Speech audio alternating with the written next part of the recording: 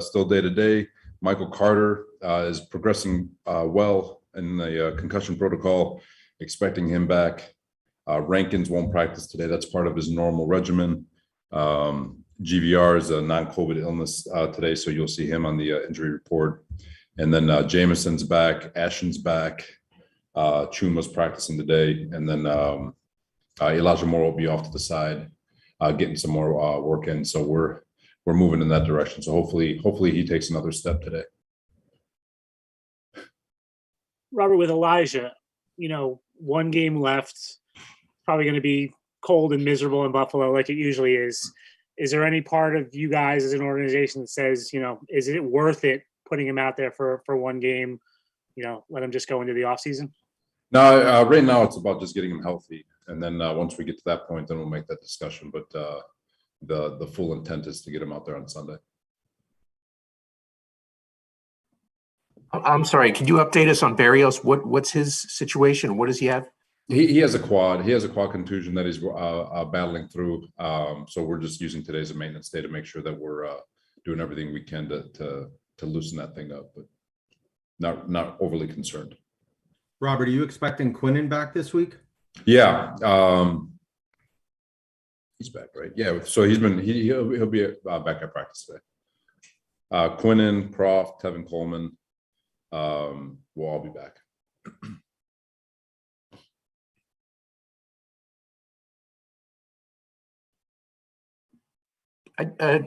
Since I asked about Braxton, could you just describe his evolution this season? I mean, he obviously played in the beginning because Jameson was dealing with his injury, but then he kind of faded away for a little bit and now he's back. Do you think how has he impressed the coaching staff? Do you think maybe the staff was a little too slow to realize how much of an impact he could make? No, I don't know about slow, Rich, but what I do know is he's very, very smart. He can play every position. That trust and reliability aspect of his game is obviously there. But what he's really carved out, Roland, is the fact that because he's so smart and multiple, usually if you got a guy doing all the little gadget stuff, they usually struggle to run routes. Like it's a lot of information that's happening to these guys, and he's able to do it all, and he does it pretty darn well. So he's a grinder. He's gotten better every week. He's really honed in. He's really grinded in on the offense and knows everybody's detail, everybody's job. And just having him out there has been the fact that he can run normal routes along with the gadget stuff, along with all the jet sweep. Like it's he's definitely somebody that opposing defenses have to pay attention to. Robert, all the things you just talked about, how important is it to bring someone like that back as you try to build this thing?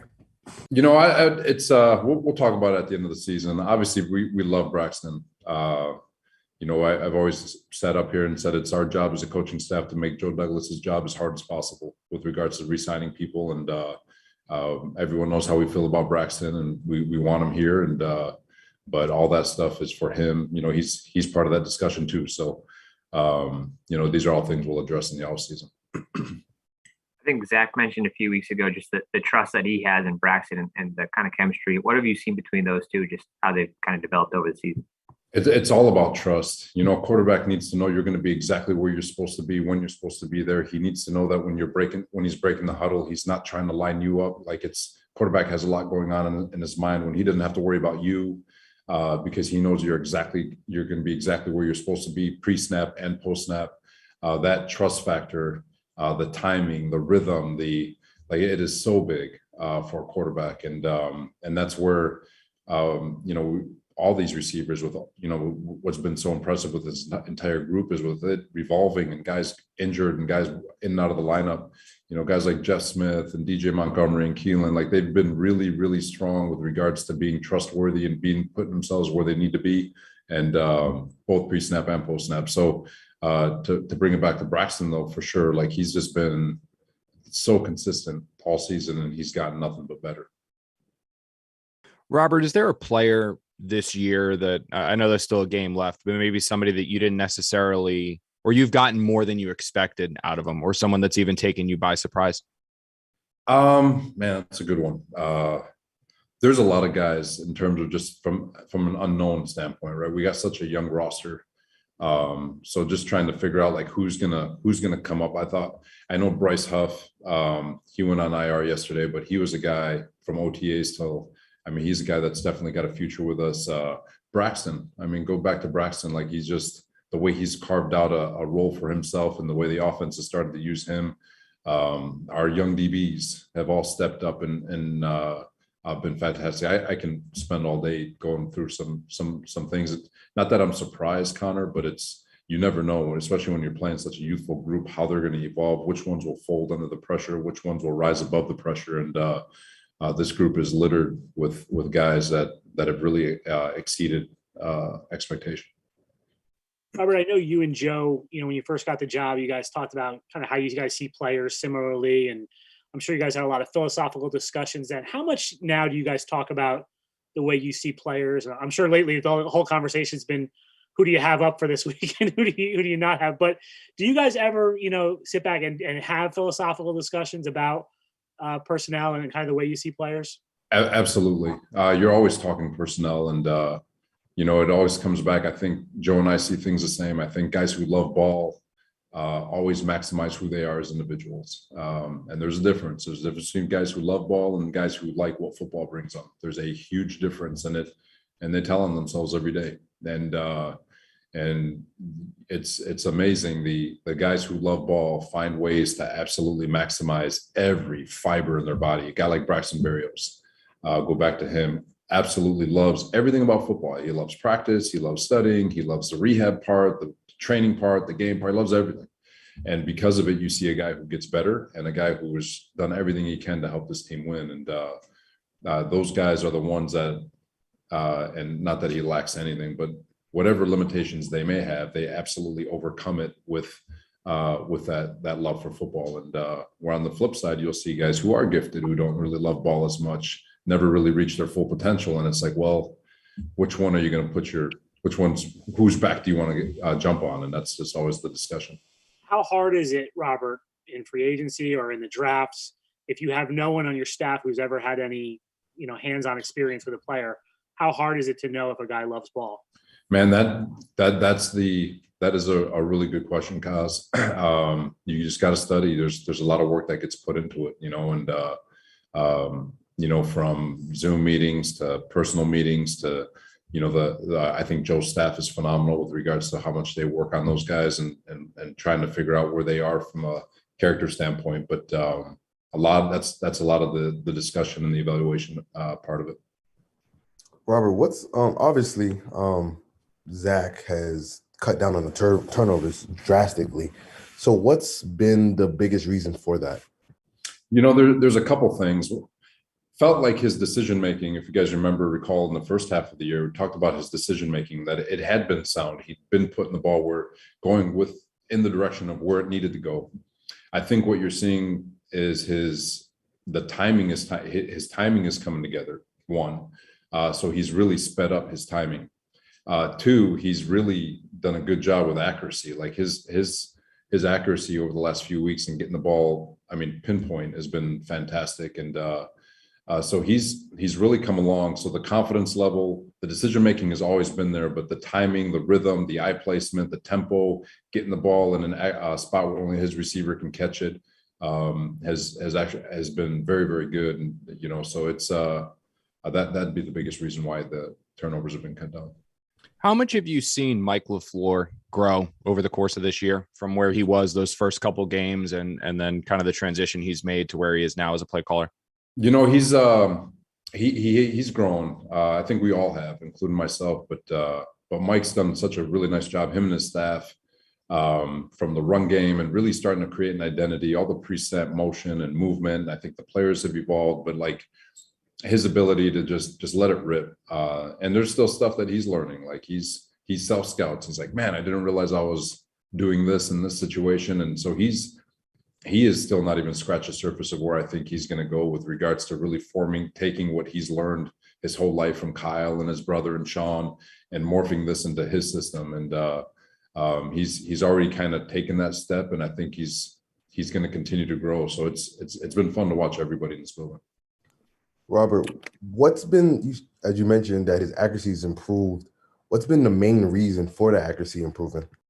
The biggest thing, DJ, is his tempo and footwork. We talked about it when he came back.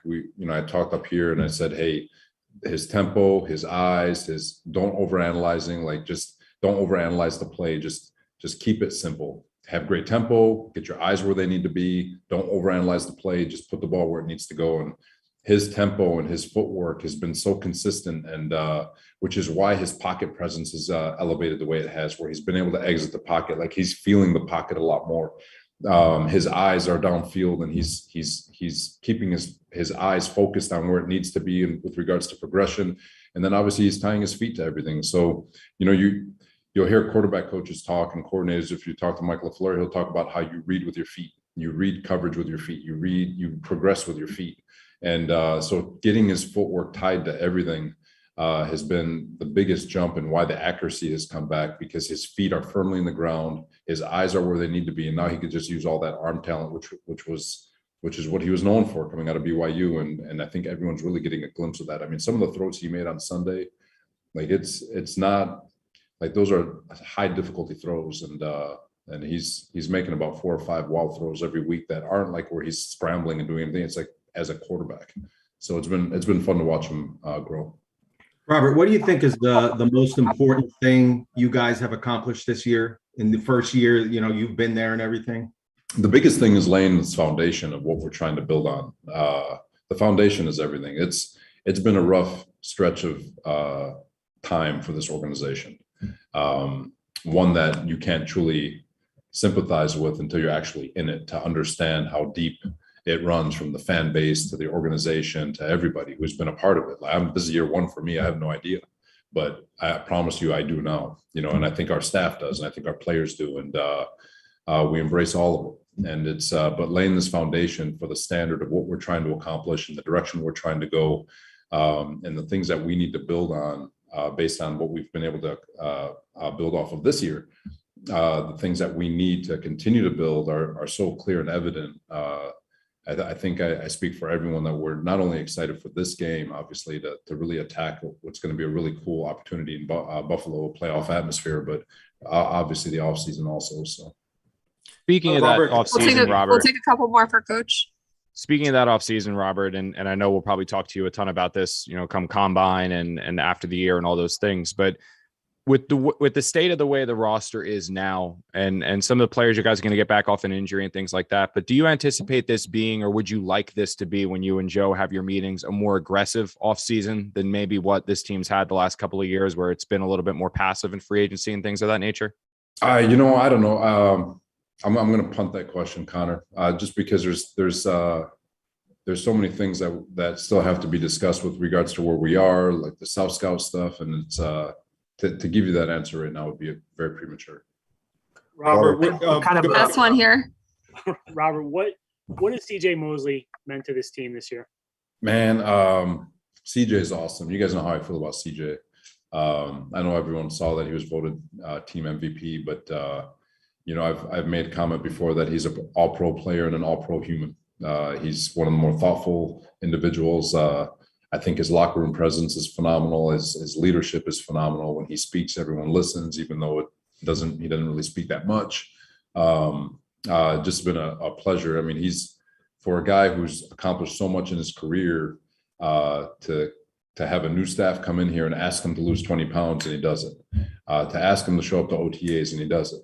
To ask him to adjust the way he's played linebacker his whole career, he does it. And, he's having a heck of a season, not because of coaching, but because he's an unbelievable football player, and he works so hard at it. But credit to him and everything. He deserves every accolade he gets, and I'm really happy he's here. Thank you, everyone. Thank you, Coach. All right. Thanks, guys. Recording stopped. Thank you, everyone. This concludes this portion of today's availability. We'll be back later this afternoon.